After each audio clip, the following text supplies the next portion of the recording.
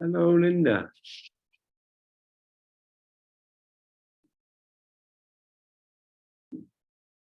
Hi. How are you? I'm good. How are you? Yeah, very well, thank you. I don't know the results of the football, but I'm okay. The results of the book? This is the World Cup football, I understand. Oh, you can see how out of it I am. Well, I'm pretty out of it too, but there we go.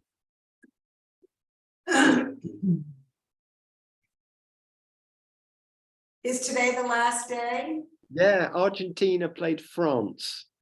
I haven't heard any big cheers go up from the neighborhood, so I don't know, maybe no goals were scored.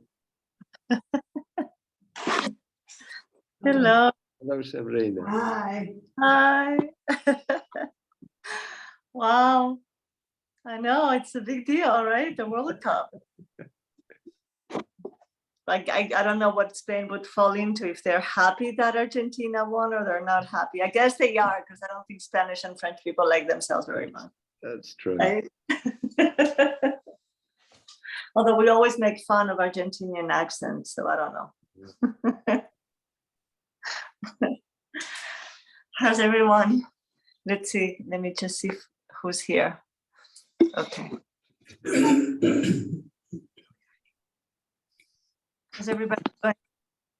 I don't know why I won't have live video. Hi, Brenda. Hi, I don't know why it won't let me have live video. Yeah. I don't know either. There's mystery in the world.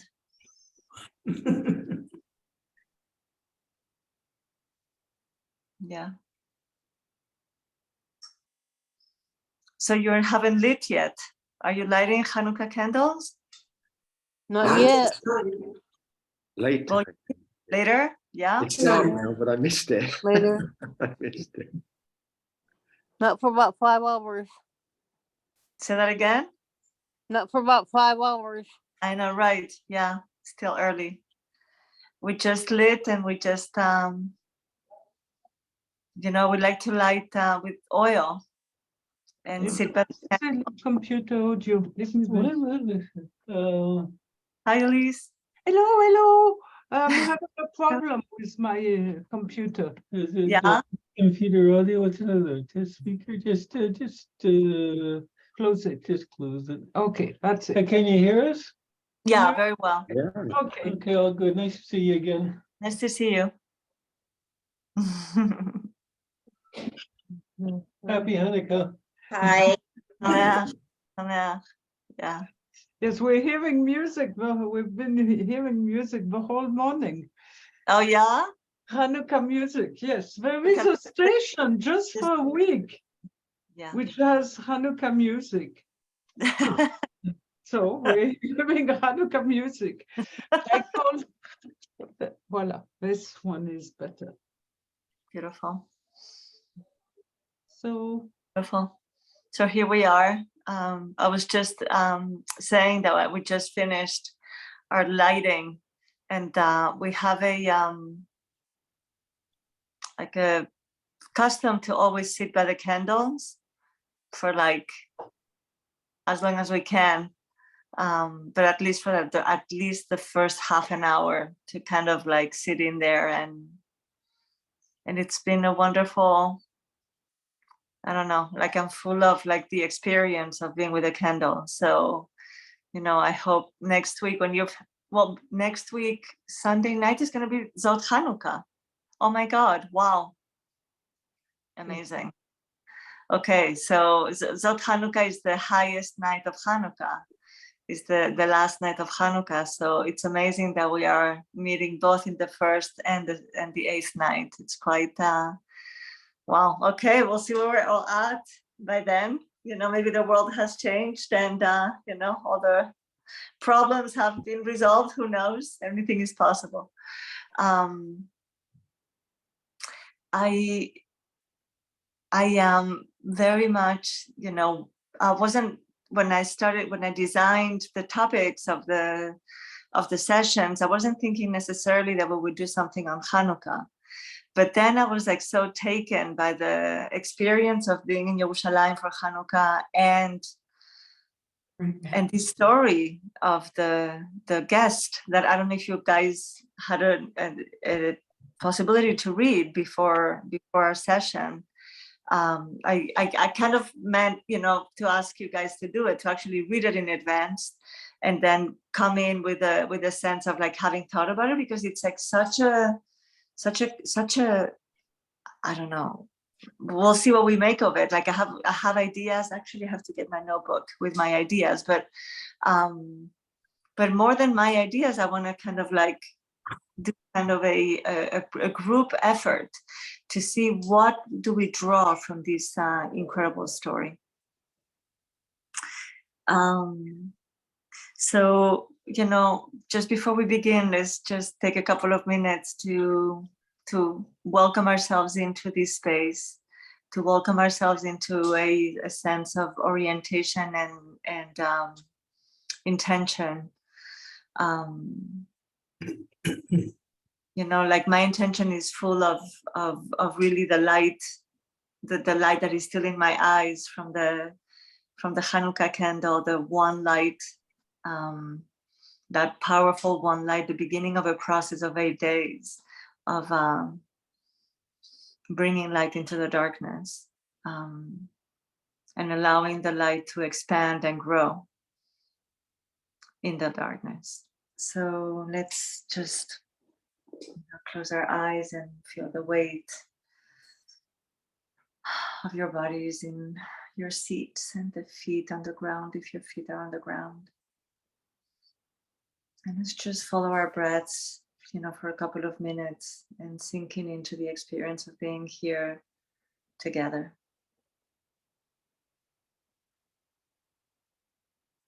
And I would invite you to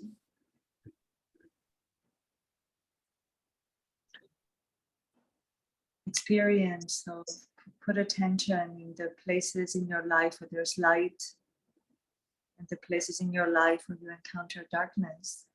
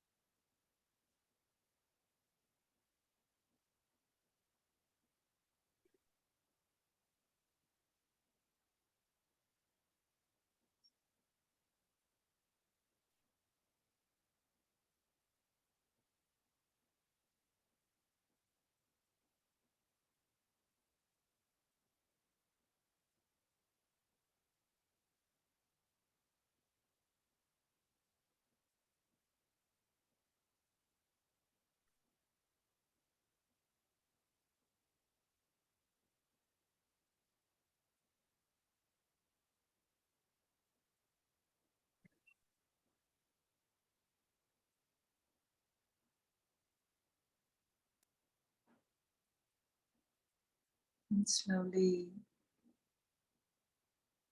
get back to the here and now, to sensations or noises or experiences of your surroundings. And slowly open your eyes.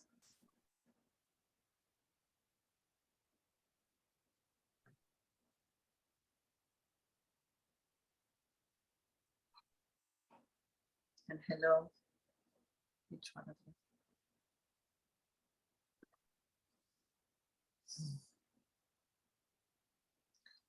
So I hope you guys have your texts ready. Yeah. Yes. Thank you. I'm gonna pull it out also right now. Here it is. And I have you guys here. Hold on. How do I do this? Okay. So my stance for today is to read the story. It's not very long. It's, you know, and as we read the story, those of you who have it printed, I think it'll be easier. Just start collecting in the, well, I think I'd like to do like a first reading, just the whole thing. And as we read, just mark for yourselves, if you can, on the page itself of the printout or on a notebook, if you have available around you, start kind of identifying things that stand up in the story, so that we can tease out any topics that feel relevant or interesting or meaningful in any way. And then let's see where we go with that. I really would like it to be a collaborative thing, because anytime that we encounter a story of Rabbi Nachman, he doesn't explain the stories. There's no tradition that says, okay, this is the canonical way of understanding the story. Everything is a speculation and everything is open to interpretation, right? So I think the personal interpretation that I will bring to the story today might be different than the one that I had brought a couple of days ago when I was thinking about the story. It has already evolved, but I think it's also very important that we do that together, and that each one of you gets access to what is in the story that is like meaningful and relevant. So can we do some kind of like a reading, all of us, take turns and reading a little bit at a time, and please do take some notes, or do take, highlight, underscore anything that feels relevant. So who would like, is that okay that we all read it together? Yeah. Who would like to start? Thank you, Elise. Okay, let's go. On the first day of Hanukkah, 5569, 1808, in the evening, after lighting the first candle, Rabbi Nachman told the story. A visitor came into a house and asked the head of the house, "From where do you obtain a living?" "I don't have a steady livelihood at home," his host replied. "However, the world provides me with what I need to live." The guest asked him, "What do you study?" The host answered him. They continued conversing until soon they were engaged in a true heart-to-heart discussion. The host began to feel an intense longing and yearning to reach a certain level of holiness. "I will teach you," said the guest. The host was surprised. He began to wonder, maybe this isn't a human being at all. However, he looked again and saw that the guest was talking to him like a human being. Immediately afterward, he had a strong sense of faith, and he resolved to believe in him. He started calling him my teacher and said to him, "First of all, I would like to ask you to teach me how to conduct myself with due respect towards you." "No, not, I scarcely need add, that I could actually detract from your true honor, God forbid. But even so, it is hard for human beings to be as meticulous as they should be in these matters. That is why I would like you to teach me how to behave with due respect." "For the moment, I don't have the time," he replied. "Another time, I will come and teach you this." Right now, I must go away from here. I also need to learn from you about this, said the host. How far must I go when I accompany you on your way, as the host is obligated to do when his guests depart? Until just beyond the entrance, he replied. Well, maybe I should stop. Okay, who would like to take a turn? I'm happy to. Thank you. The host began to think to himself, how can I go out with him? Right now, I am with him among other people. But if I go out with him alone, who knows who he is? He questioned him, and then he told him, I'm afraid to go out with you. If I can learn with you like this, the visitor retorted, then now too, if I wanted to do something to you, who would stop me? The host went with him beyond the entrance. All of a sudden, the visitor seized him and began to fly with him. It was cold for the host, so the other took a garment and gave it to him. Take this garment, he said, and it will be good for you. You will have food and drink, and everything will be good, and you will live in your house. And he flew with him. In the midst of this, the host gazed, and suddenly he was in his house. He couldn't believe his own eyes that he was in his house. But he looked, and there he was, speaking with people and eating and drinking in a normal manner. Then he looked back, and lo and behold, he was flying as before. Then he looked back, and he was in his house. This went on for a long time. After a while, he flew down to a valley between two mountains. There he found a book which contained various combinations of letters, Aleph, Zayin, Chet, which is Dalet, etc. Vessels were depicted in this book, and inside the vessels were letters. Moreover, inside the vessels were letters of the vessels by which one could create such vessels. He felt an intense desire to study this book. In the midst of this, he gazed, and lo and behold, he was in his house. Then he gazed, and there he was in the valley. He made up his mind to climb the mountain. Perhaps he would find an inhabited place there. When he came to the mountain, he saw a golden tree with golden branches standing there. Hanging from the branches were vessels, like those depicted in the book. And within those vessels were other vessels by which one could create such vessels. He wanted to take some of the vessels away from there, but he was unable to do so, for they were inextricably entangled in the branches. I should keep going. I think we should take turns. I think it's good to, if anybody else would. I'll do a I'll little. do it. Oh, Okay. 2 volunteers. I think there's room for 2 more, isn't there? Oh, no. All right, I'll go. I'll Go go. In the midst of this, he gazed, and lo and behold, he was in his house. This was most amazing to him. How is this possible? How could he be both here and there at the same time? He wanted to discuss this with other human beings, but how could one speak about such an astounding phenomenon to other people, something that they surely would not believe? In the midst of this, he looked out the window and saw the same guest. He started begging him to come to him. However, the guest replied, I don't have time because I am on my way to you. This itself is a wonder in my eyes, he cried. Look, I am right here. What do you mean that you are on your way to me? Okay, is there time for one more? Thank you. Yes. I'll finish this.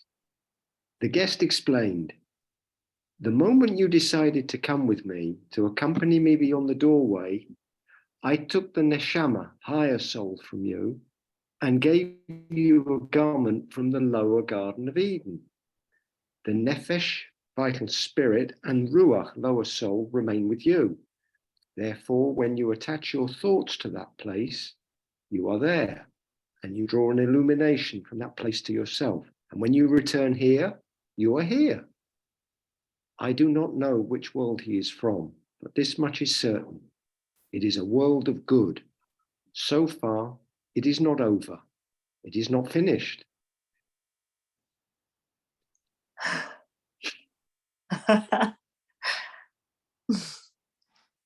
Okay.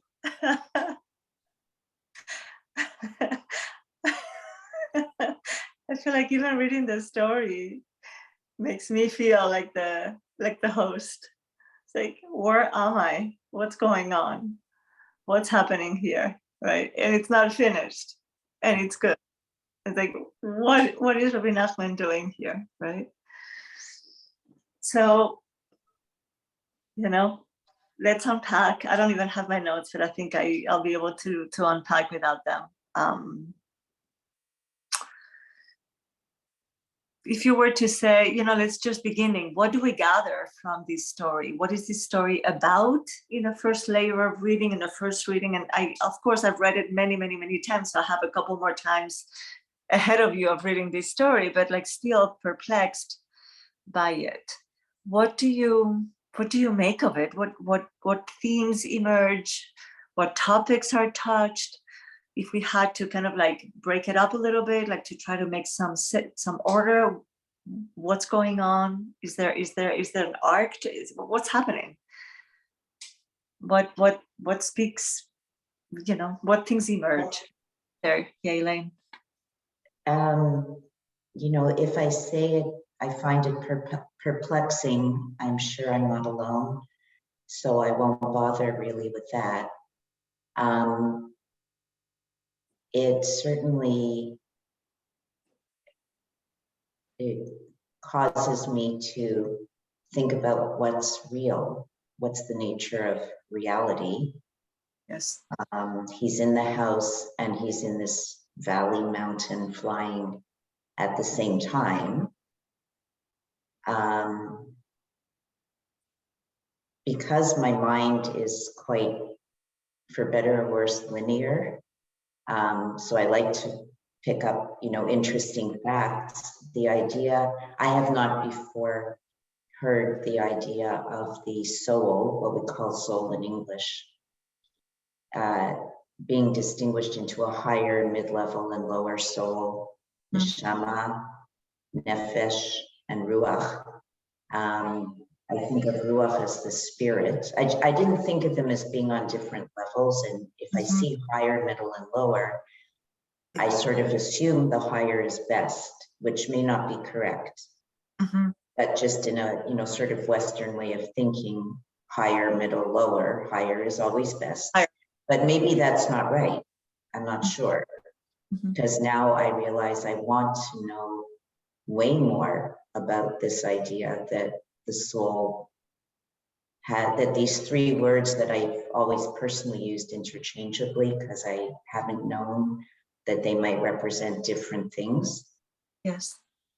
I definitely need to know more about that. And maybe he says he's taken away the neshama, the highest soul, from him and given him a garment, I think he said, for the lower soul. So that makes me think of Adam and Eve eating from the tree of knowledge and suddenly needing to put on clothes and being more earthbound. Yes. With all of its challenges and troubles. Right. So Elaine, just because I want to kind of open. Right, because there's so much. Of course, right? So there's this sense of some kind of soul work, right? And attention to the fact that in Judaism, there is a certain hierarchy or certain levels of soul. There's not just one soul, but there's 5 actually. And he's talking about 3 of them in the story. What are could you tell us what the 5 are? I'm sorry to interrupt, but I'll stop after that. Nefesh is the lowest soul, which has to do with the vitality, the physical vitality of a person, and is usually associated with the ruach. Didn't he say ruach is the lower? The 5 levels of soul now. So nefesh is that one. It's like has to do with the vitality of the body, is the blood in the body. That's the nefesh. Ruach, and that's a soul. That's an aspect of soul. Then there's the ruach, which is the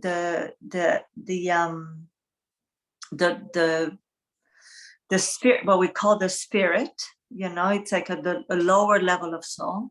Nefesh, ruach, neshama. Neshama is a higher level of soul that is less body, is outside of our bodies. But we'll get to that a little bit later when we talk about the connection between today's lesson and last week's, when we talked about Nasev and Nishma and the Makif and that which we contain. I think there's a connection there. So Nefesh, Ruach, Neshama. What is the next one? Yechida. Oh, now I'm spacing. Chaya. Chaya.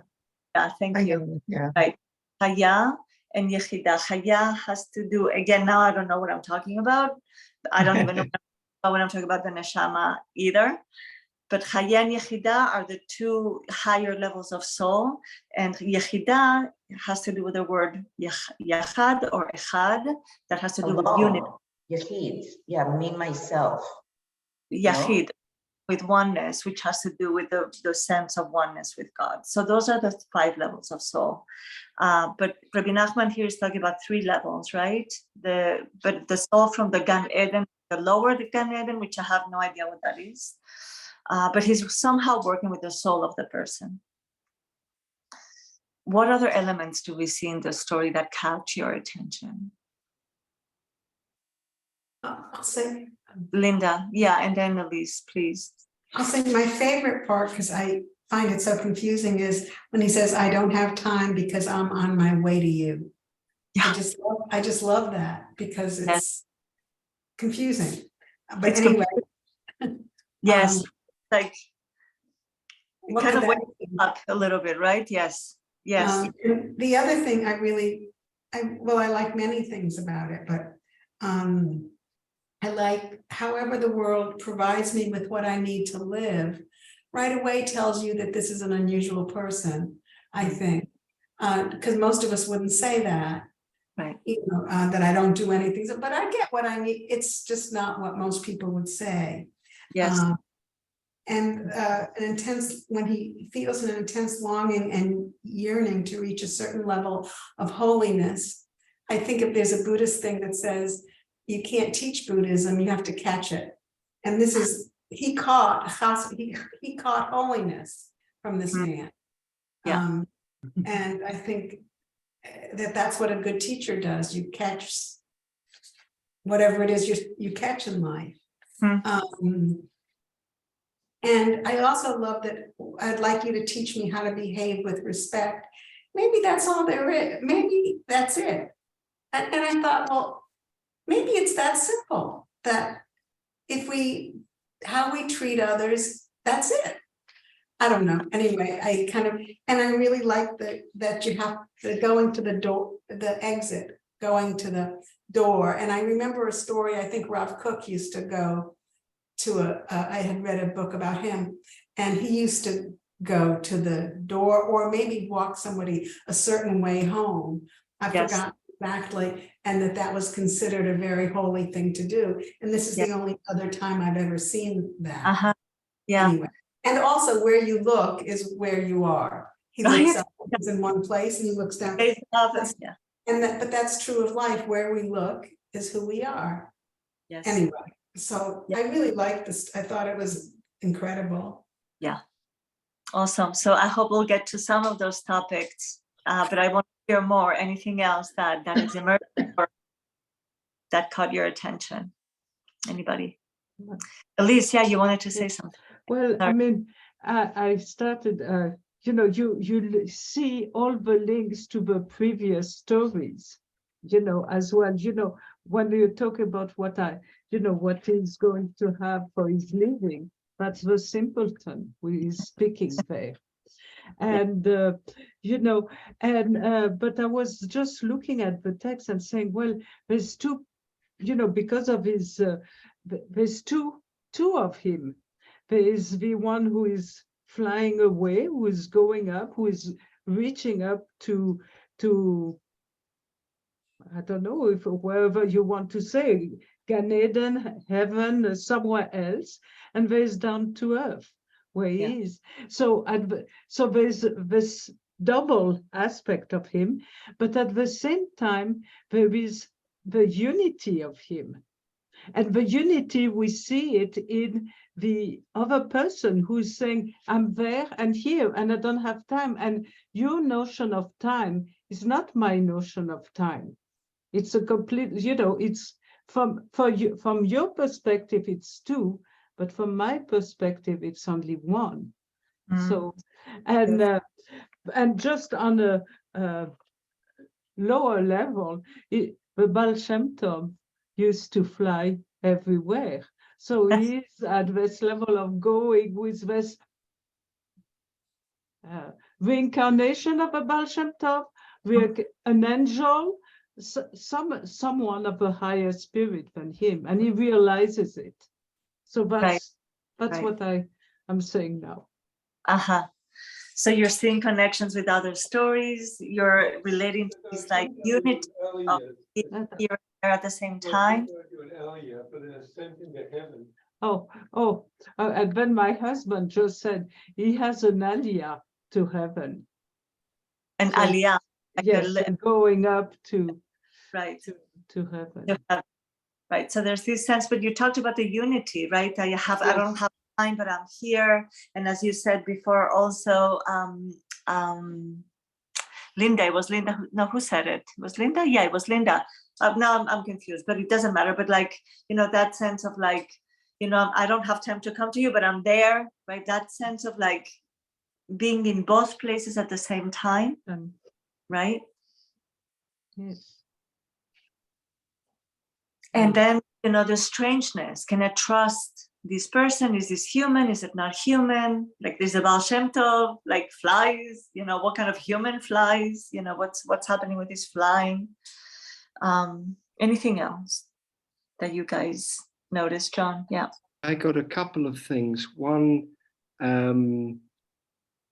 the thing about the time was slightly surprising because I don't know where I'd read it, maybe in connection with, again, maybe sort of enlightenment, that the sense of time can sometimes slow down around teachers who have this wonderful poise. I'm thinking of someone like Thich Nhat Hanh, for example, sort of seems to move like a snail, but there's incredible power. So it was surprising in a sense that that whoever said it said they don't have the time. And I couldn't help thinking of Rabbi Nachman himself, perhaps knowing his own mortality, much more vividly than many of us. And the other thing that came through was perhaps a slightly more obvious one about the vessels and the letters, because I guess the whole Kabbalistic thing maybe is coming in here. I don't understand it, but I suspect that was a part of what Rabbi Nachman was as well communicating to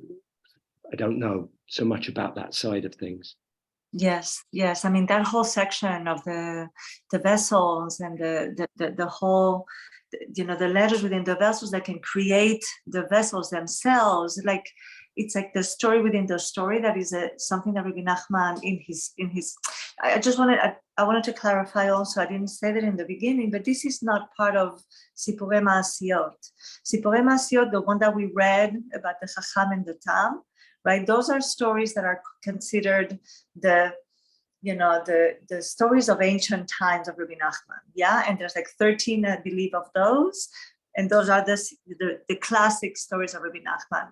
This one is not one of those. This is in a different type of collection. It's a collection in Chaye Morahan, which is writings of that have to do with the life of Rabbi Nachman.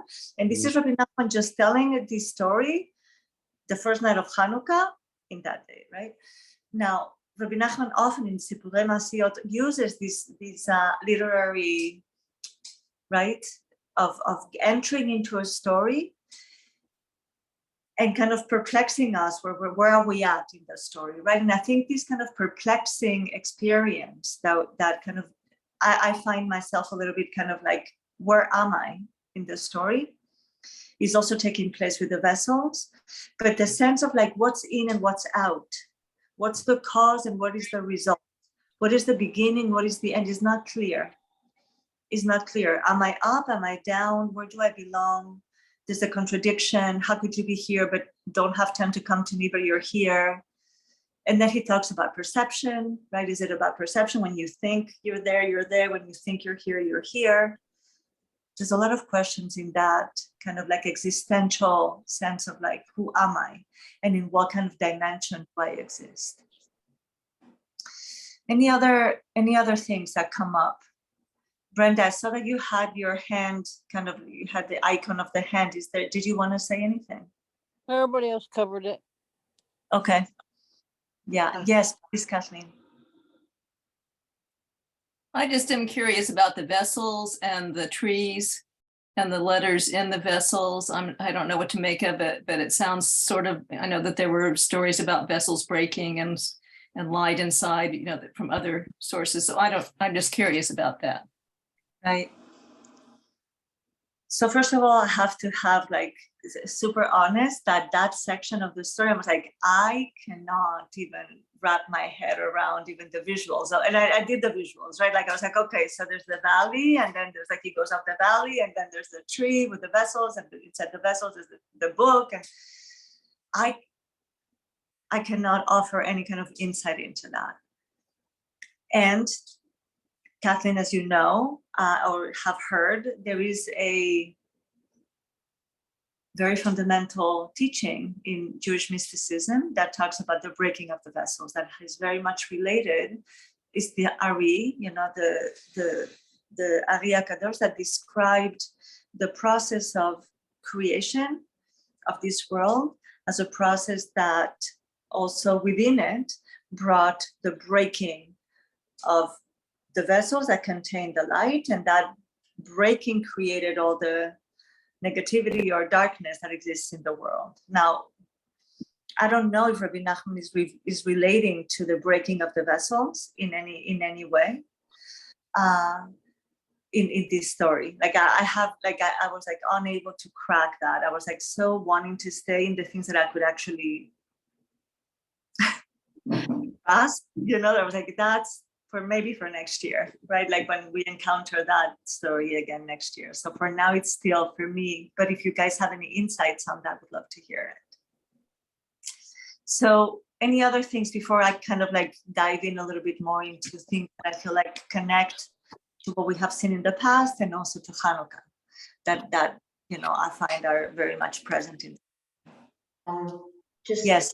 I think there's a lot of, I think the story for me is about the relationship on one level anyway, between the Rebbe and the Hasid, and that they both are seeking holiness. And the little bit I know about Rebbe Nachman at this time is that as he became ill, he was contemplating wandering, you know, like a wandering sadhu in Hinduism. And then he decided to stay with his Hasidim, partly because his wife died. I just was reading in The Tormented Master, and it seemed to be around this time that he was making those decisions. So I think it's really telling that the host is asking for, has this longing for a certain level of holiness, but both the host and the guest have that same longing. How do you It's see just that one is at a different level. Yeah. how do you see the longing for holiness in the guest? How is it in the guest? How do you see that? Yeah. He's busy, you know, he doesn't have time. He's seeking higher levels, and he's seeking a certain attunement with the host, which a Rebbe would have to have with his Hasid. Yes. So let's stay into that a little bit, because that's one of the things that I wanted to yeah, Elaine, you wanted to say something, and then we'll get into that. Yeah. Well, I didn't, I think I'll just pick up on that, because I didn't pick up that the guest was seeking more holiness. I pictured the guest to be like maybe Eliyahu, somebody coming back to guide the host who Yeah. is human, but I didn't picture the guest as being human, whatever that means, but being at some level beyond. Mhm. So that's interesting to me that you felt that the guest was also seeking a higher level of holiness. Mhm. So again, you know, we don't know exactly what's happening, right? There's no one script or one right way to read the story or a wrong way to read the story. And I think in a certain way, we all find ourselves drawn or kind of pulled into the story through the lenses of our own experiences and the lenses of who we are. And I think that is very, very valid. And having said that, there are things that are very, you know, obviously when we think of a story and we think about the choices, you know, that are contained in a story, like in any work of art, there's this note and not that note, there's this color and not that color, or this type of composition and not that type of composition, right? So the choices of Rabbi Nachman's vision or whatever, like however, whether it was something that he saw, that it was a vision that he saw that he shared with his Hasidim, or it was a story that he himself wrote, we don't know. We really don't know. But it's a story that talks about the relationship, as you said, Anne, between the Talmud and a student and a teacher, right? From the very beginning, we see, I want to treat you with respect, and please tell me, and how should I call you, and how should I relate to you? There's this issue of respect and hierarchy. I'm here to learn something from you, and you're here to teach me something. But the context of it, or the way that this story is being brought, is through, like, well, through a guest and a host, right? Like the teacher comes to the house of the host to teach him something. It's not that the host goes out of his house. I mean, we'll talk again about that opening of the house, the Petach HaBayit, right? The house gate as a huge element that I want to get to that. But in the meantime, just even to recognize that we're talking about a very surprising way to introduce the relationship between a student and a teacher as the host and a guest. Because usually when we talk about host and guest, what are the associations that we have with that kind of relationship? The host is usually the person that has what? The authority, the power, the control, knows where things are. He's the Baal Habayit in Hebrew, right? Like he's the master of his house. That's the host, Baal Habayit. That is the word in Hebrew. And as opposed to that, we have the guest that usually is receiving from the host, right? And a little bit maybe related to what Anne was saying, you know, are they receiving from each other? Is the guest, by the mere fact that he's a guest, also receiving from the host? And the first question that the guest asks is what? Where do you get your livelihood from? Right. So we're talking about like very kind of mundane, you know, setting, kind of breaking the categories of receiving and giving. And that breaking of categories of what is receiving and giving is kind of like exponentially presented also when we think of the flying and the coming back and where am I, and am I here or am I there? So there's already kind of like a sense of like things splitting, or things not really being very rational, or things not being very logical in the story. So that's already like a huge element of perplexity, a sense of confusion. We don't know what's going on. We're not giving a lot of information. You know, why is it that there's such an intense, like a lot of time given to this thing of kavod, of giving respect? Why is that important? Why is that the first thing that he asks his teacher? How do I respect you? Why is that so, like, I don't know. Is that the first thing you would ask a teacher? How do I respect you? I don't know. I would ask other things before you get to that. Or you, That's why I think the guest might be an angel, equivalent, right? and that the host He sees that immediately and he Mhm. doesn't know what to do. Okay, so there's this kind of hierarchy, maybe like, what do I do with a being that is like so out there and so different than me? How do I teach me how to relate to you? That's a very strange question, right? Teach me how to relate to you. Teach me how to take you out. Teach me how far do I go with you? And let's go there now, right? Like, what is this thing of the Petach Habayit, the what's happening there? Why does he ask him, how far do I need to take you? What is this far? What do we make of it? Why is he asking him, like, he's asking him, how do I learn from you? How do I receive from you? What do I need to do to really treat you and put you in your place? But then the guest is completely subverting place and space and time, right? It's like kind of like like all the categories of things that we think should be in place, the guest is kind of breaking and telling him, well, now we're going to go flying and you're not going to be here, but now you're here. You see, like this teacher is a very unconventional teacher. Is a teacher that is confusing. Is not a teacher that is kind of putting things in place, which in a certain way is very counterintuitive, because usually when we think of a teacher, I don't know, I want a teacher that is going to help me put things in place.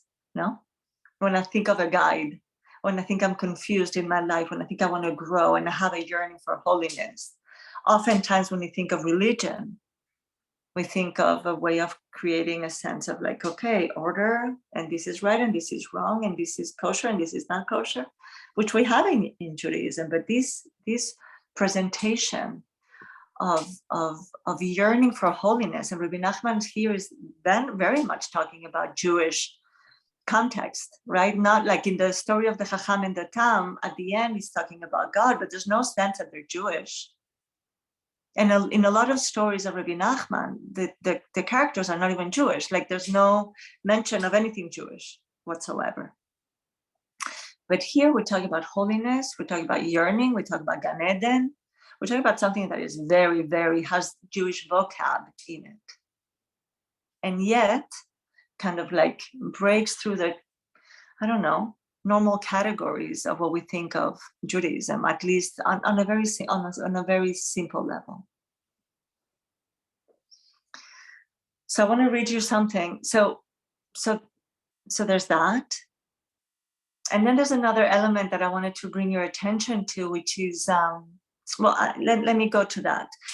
For some reason, I was not able to put this other quote in the text. I mean, I wanted to have it in my notes, in my own notes, but it ended up not kicking in, but I have it in my phone. So I want to read from you in the Code of Jewish Law, right? When we are given direction on what is the proper way to light the Hanukkah candles, of course, in Judaism, talking about Seder and, we do this like this and not like that, and we do it here and we do it then. So there's a lot of discussion on when should we light the Hanukkah candles, how many lights should be lit on each night. There's an opinion that says we go from 1 to 8. There's another opinion that says that we go from 8 to 1. There's opinions that we light with oil, and what kind of oil, and where should the menorah be, and how far up should it be, and how far down should it be. All kinds of discussions on how do you do the mitzvah of lighting the Hanukkah candle. There's a beauty, and it's fascinating, and it's not just like the technicalities, but in the technicalities you also find incredible wisdom, as I'm going to show you now, in one of those technicalities. So here it is. So I'm just going to read it in English. Here we go. So this is from the Shulchan Aruch, right, from the Code of Jewish Law. And it goes like this. One should place the Hanukkah light at the entrance, which adjoins the public domain on the outside. If the house opens to the public domain, he should place it as its entrance. If there is a courtyard in front of the house, he should place it at the entrance of the courtyard. If he lives on the upper floor, having no entrance leading to the public domain, he should place it at a window that adjoins the public domain. In a time of danger, when one is not allowed to perform mitzvot, it is enough that he place it on his table. He needs another light to use for its illumination. I don't know that, I don't understand that sentence now, but we're going to skip it. And if there is a bonfire, he needs no other light. But if he is a dignified person whose way is not to use the illumination of a bonfire, he needs another light. The last piece that I'm getting confused in is relating to the fact that we're not allowed, as part of the laws of Hanukkah candle, we're not allowed to use the light of the Hanukkah candle for lighting. And that's why we have four lights and a shamash. Shamash is the 8th light, 448, the 9th light, the 9th little one, that is used to prevent us from using the light of the Hanukkah candles for the purpose of drawing light out of it. The Hanukkah candles must not have a purpose associated with them, meaning a purpose of giving us light. Yeah, very much in contrast with the Shabbat lights that we light before Shabbat that are supposed to bring light to the house. That's one of the reasons we light Shabbat candles, to enlighten the house. The Hanukkah candles, we have to not make any kind of use of them, but just to look at them. That's the halacha, but the law. But in this case, what is this idea? Or like, what do we know about the reason why we have to light outside? That the light has to be visible to the outside. We also are taught in the halacha, in the law, in Jewish law, that we have to light when people are in the streets, as soon as you can. As soon as the night falls and people are leaving work, and people are in the streets, leaving the shuk, leaving the market, that's the time to light. You should always try to light in the busiest time of day, as soon as you can when it gets dark. So do you know why is it such an emphasis on creating external lights that are seen by as many people as possible? Are you familiar with that idea? You are. I see Linda, yes. I see John, no. I see Elaine, no. So there's a concept in Hanukkah that the reason why we light Hanukkah candles is in order to do what is called pirsumei nisa, to what's the word pirsum? Pirsum is to advertise the miracle. Pirsum, right? Pirsumei nisa is to advertise the miracle, to make sure that everybody knows. It's like the loudspeaker. The lights are the loudspeaker of the home, and the home has to be a vehicle of like extending out a message of, hey everyone, there's a light here that symbolizes that was a miracle. How do we connect this idea of Hanukkah, of lighting by the door, or lighting by the windows, lighting in a place that is very public, something that we're not supposed to use, is not utilitarian in any way? And how does this relate to the story? Do we hear that in the story? Is there an element in the story that relates to the petach, to the entrance, to the gate, to the places where two realities coexist? Where do the change happens in the story? When do things get really wacky? When he goes outside the house. When he leaves the house, exactly. And he asks him, how far can I go with you? And it is true. I think it was Linda that was talking about the Rav Kook, and like there's a mitzvah also. There's in law, in the Jewish law, you're as a host, you have to take your guests. You can't. First of all, you always have to bring in your guests. You have to welcome them, and you always have to walk them out. Always. You can't just say goodbye and they leave the house and you don't go to the door. Every time we have a guest in my house, and I remember when my kids were little, we used to do that. We accompany the guests out of the house And I learned this from my deliciousness uncle and aunt who taught me so much about Yiddishkeit. They walked into the street, they were so old, and they walked me out every time into the street. They walked like a minute or 30 seconds out of their house to say goodbye. Right? It's a beautiful, beautiful, beautiful behavior that shows, a lot of respect to your guest, a sense of like, I'm not ready for you to leave, but I'm just going to take you out. I'm not ready for you to go. I'm going to take you out. And in this case, everything happens in that area of the Petach HaBayit. Everything happens there. Am I in? Am I out? The whole discussion about how much do I respect you has to do with the Petach HaBayit. In this place where we're like in the inside, but we're also in the outside.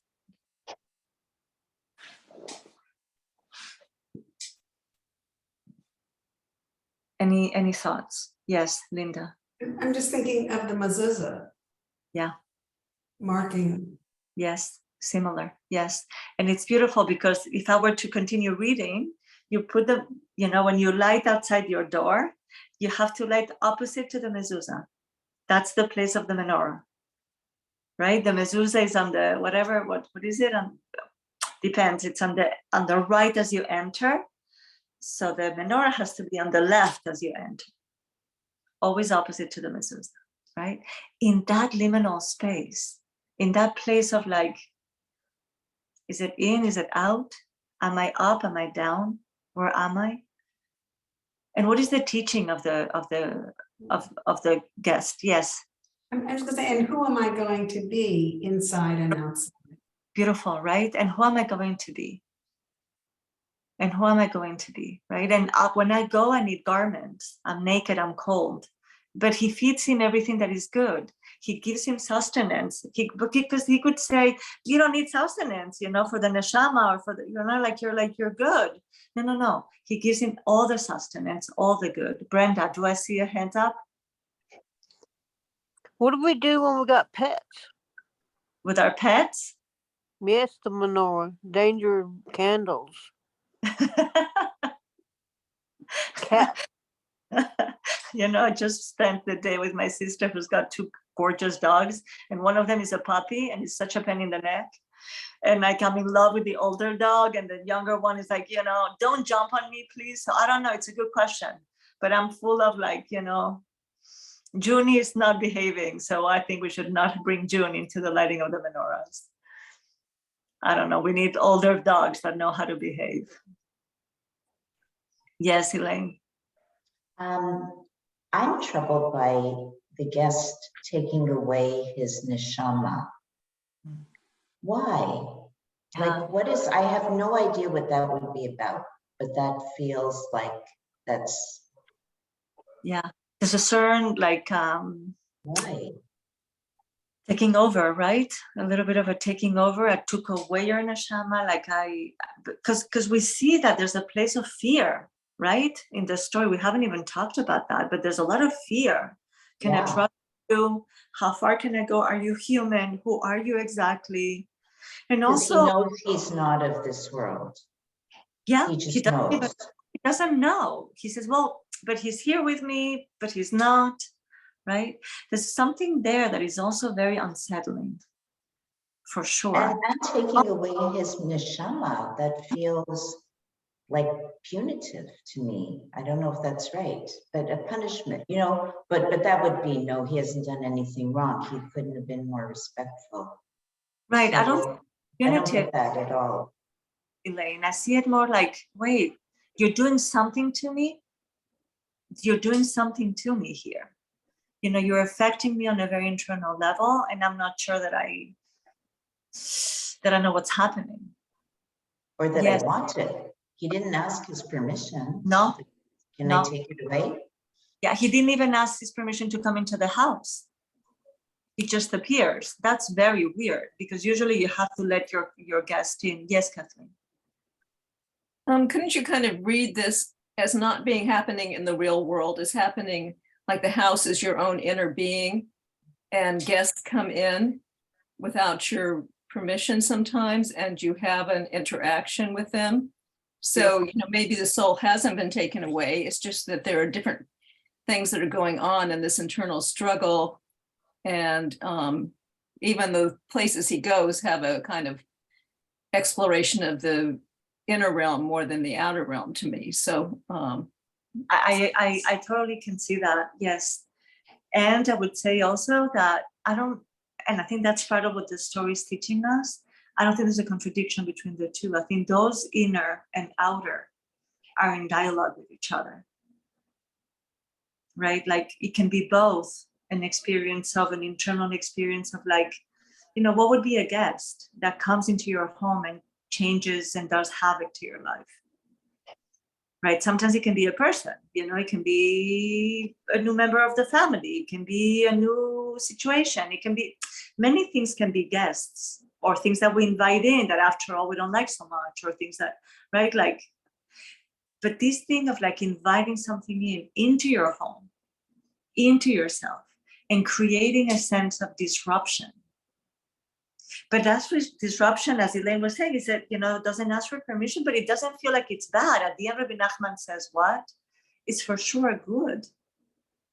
Like, we need to take the story at face value also, right? Like to kind of like put things, at least what Rabbi Nachman is trying to teach us. So for sure it's good, but we don't know from where that person is, that teacher is. But there's yes, Linda.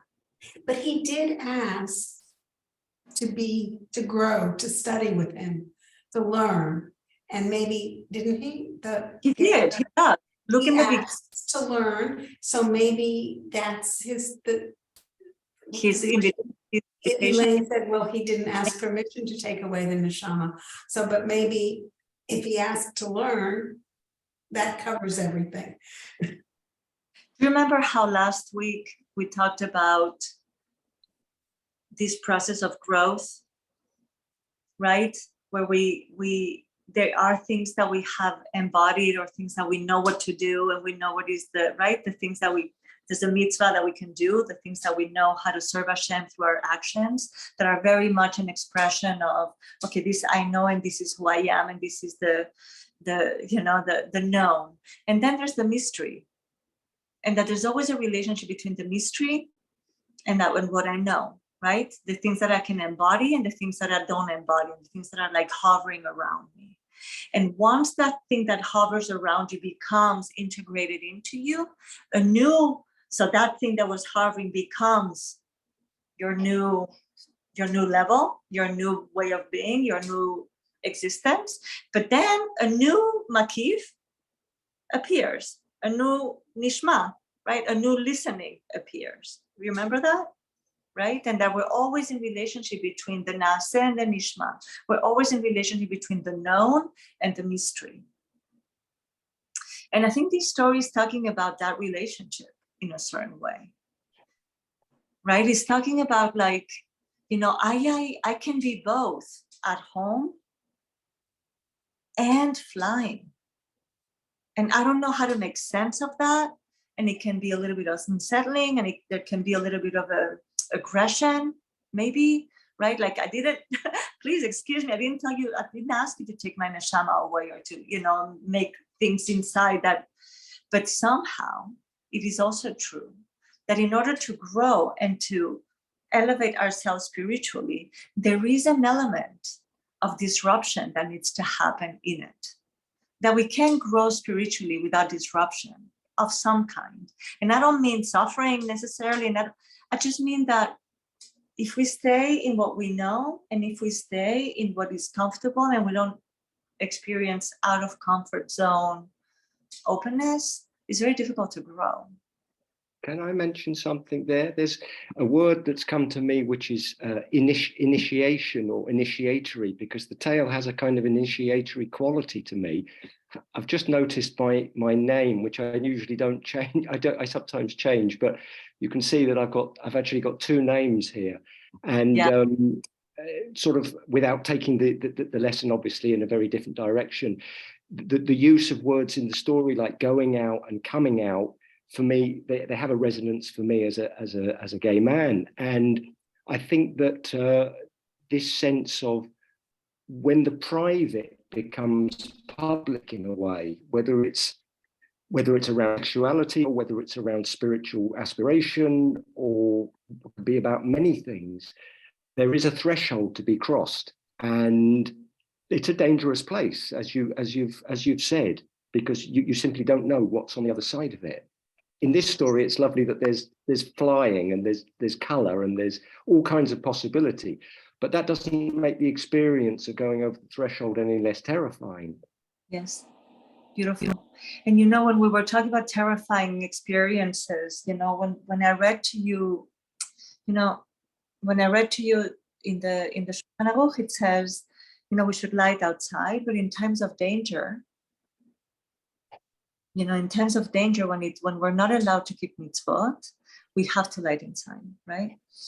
That is very much related to the story and the theme, one of the central themes of Hanukkah, right? Hanukkah is a time historically where the Greeks come and say, you know what? We're going to forbid you from 3 very fundamental mitzvot, right? You're not allowed to keep Shabbat. You will not be allowed to do Brit Milah, circumcision, and you will not be allowed to, I think the third one was Rosh Chodesh, to celebrate the new moon. Well, we can talk a lot about the meaning behind those restrictions, right? But in a certain way, that was seen as a time of danger in the way that we were not able to express our Judaism in the way that we wanted to. So Greek culture didn't come to say, you know, we want to invade you and we want to take over your land. It was more of a dangers of the spirit. We want to take over the way that you relate to the world and your convictions and your beliefs and the actions that bring in holiness to your life. That was the danger of Hanukkah, and that is still the danger in a certain way from a very traditional perspective of the ways that we might, the ways in which we incorporate things that are not ours into our life, right? Like that sense of like not being authentic, that sense of not like of taking things that are external without really realizing that they're external to me and thinking that they're mine. You know, there's a lot of work in Hanukkah to kind of like, that has to do with light, that has to do with illumination, that has to do with recognizing the internal light that is in the outside. It's a very incredible interplay of things that are very not logical in a certain way. And, you know, not being very simplistic, we talk about Greek culture as extremely rationalist, right? Philosophy, you know, like a sense of like, I'm not being very clear right now, but things that need to be logical and things that need to make sense. And then comes Judaism with miracle stories and like, you know, and the spirit and this and that kind of disrupts that kind of very physical perspective of the world. So Hanukkah is in a way an invitation to bring the inner and make it external, right? So that's why we light outside. And in a certain way, this story, I think, is speaking to that in a certain way, at least for me, is saying, you know, you can coexist. The inner and the outer can coexist. You can have an experience of being back at home and back flying, and you can go from flying to home. They don't need to be mutually exclusive. And I think that Judaism has a lot to say about that, about on the one hand being an attitude towards life that is very much committed to the spirit, but at the same time also very much grounded in reality. And I think Rabbi Nachman taught that over and over and over again.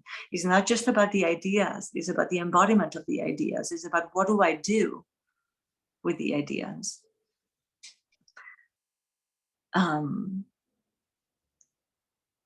Yeah.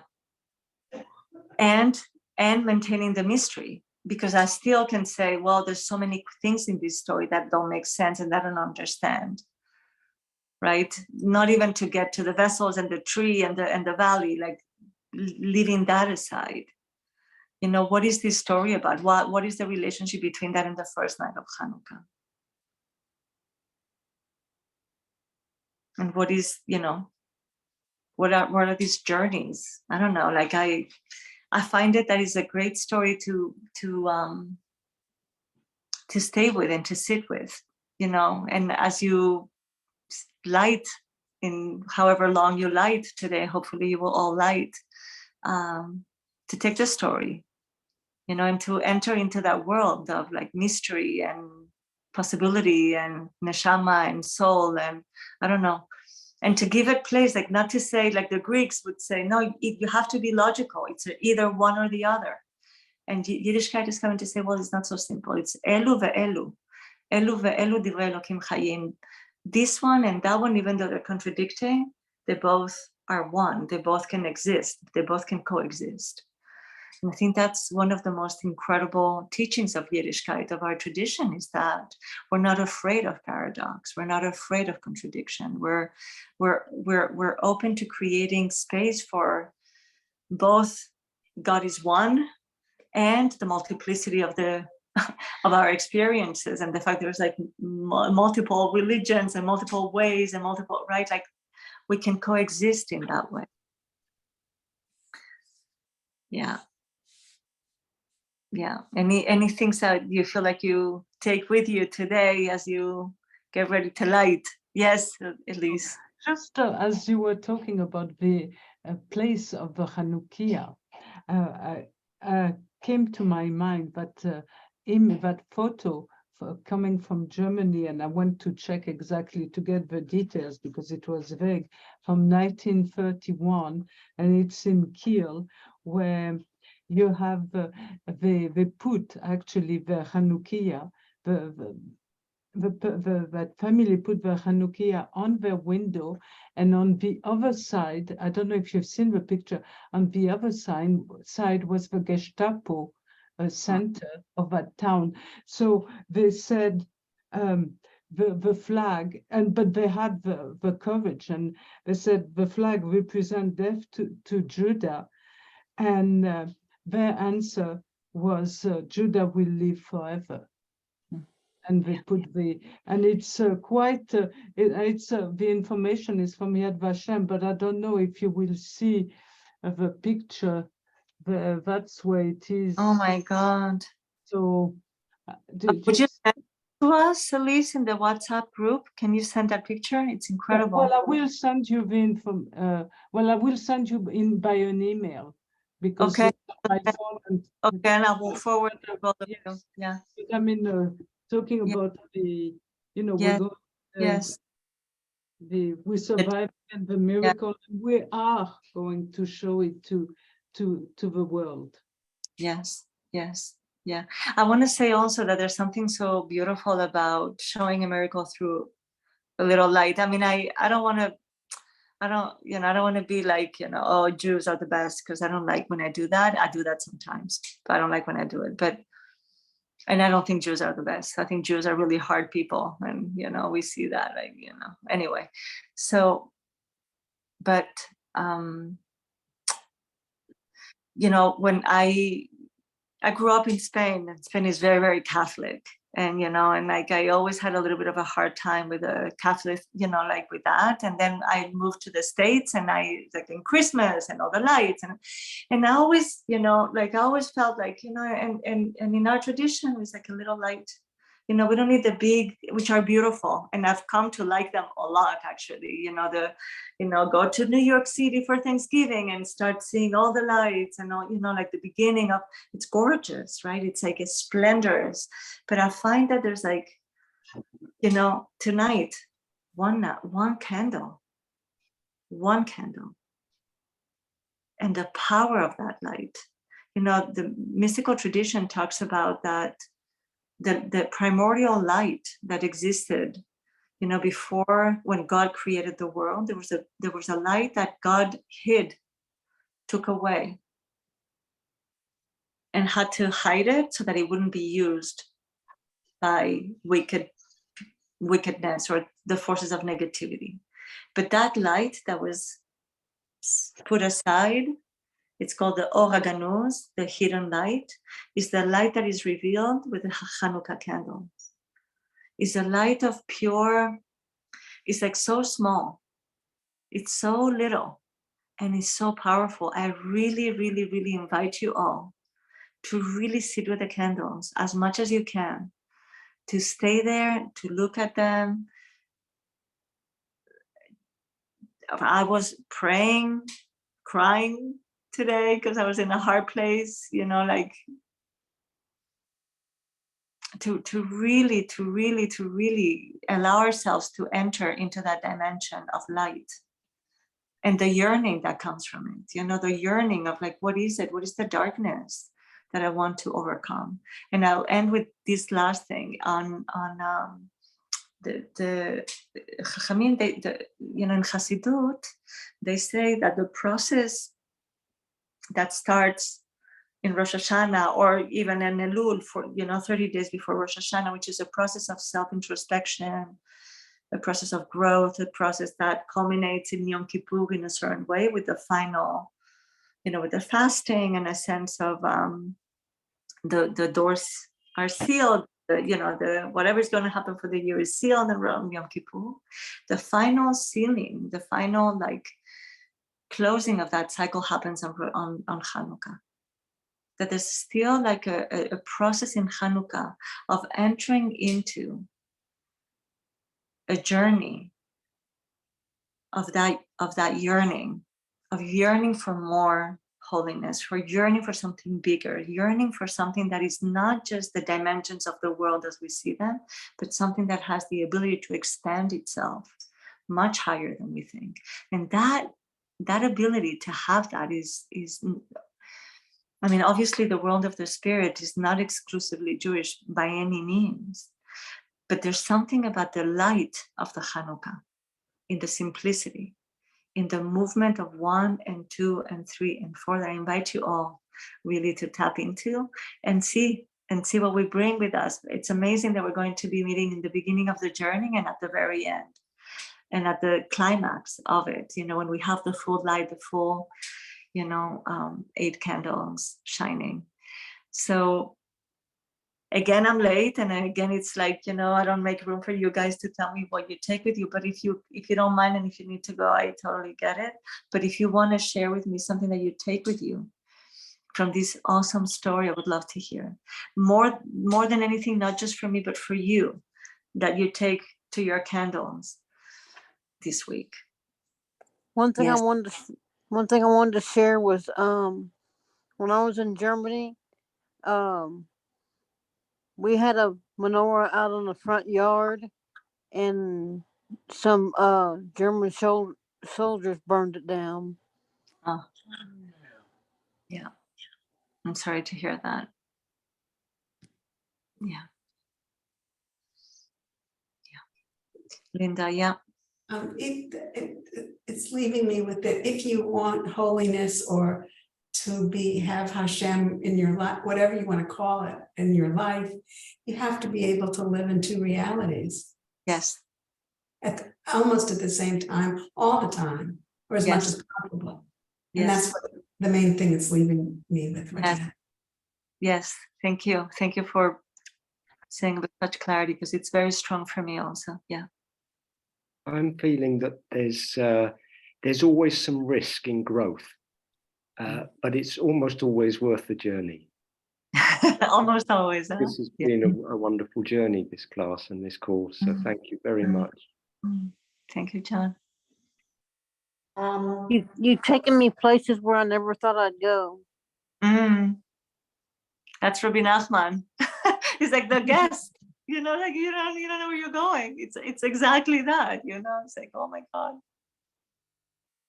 I love the practicality of where to place the candles, and reading a book about right after the Jews left Spain and the secret Jews and what they could hardly remember. Same thing in Ukraine, Russia at the turn of the 20th century, and maybe even now in Ukraine. There's some issues. So there's all that practical stuff that I guess the Shulchan Aruch give us, but I love the concept of the hidden light, and thank you for bringing that to us. Pleasure.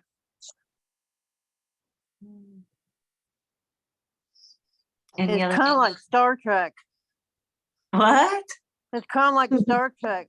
Go beyond places where no man should go. Yeah. Yeah. Yeah. Yeah. Elaine. I'm thinking about this, having to live in two realities at the same time and flip back and forth. And I guess that explains a lot about why I've struggled with things in my life, because I think I know that there are two realities. Lots of people only live in one reality.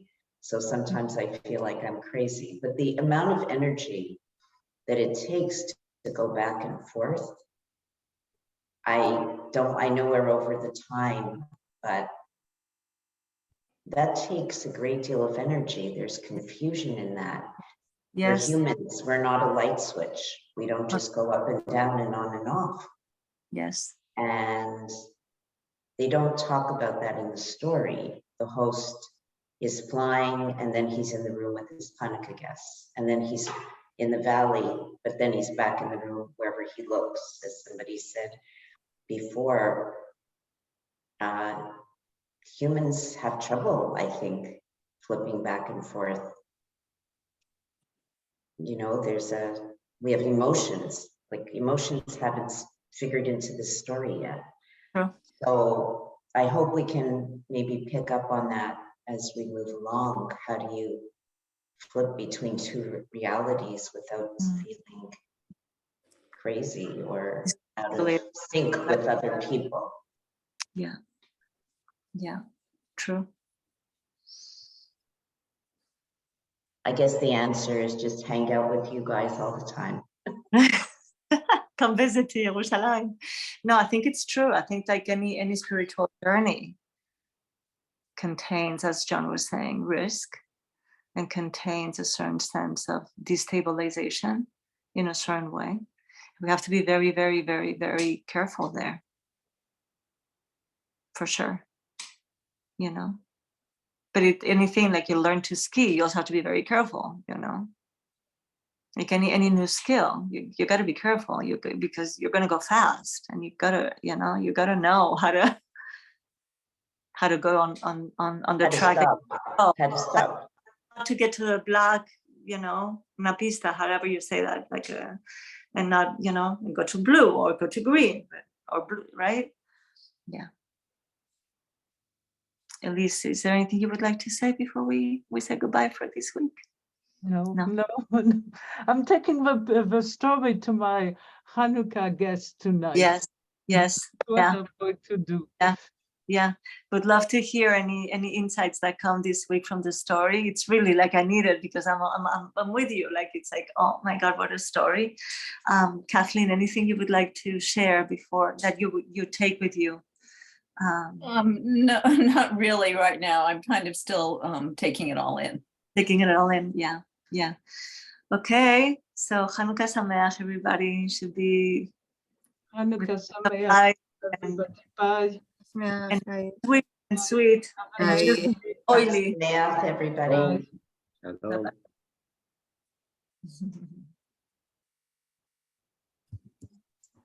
Hi, Hi, Ellie.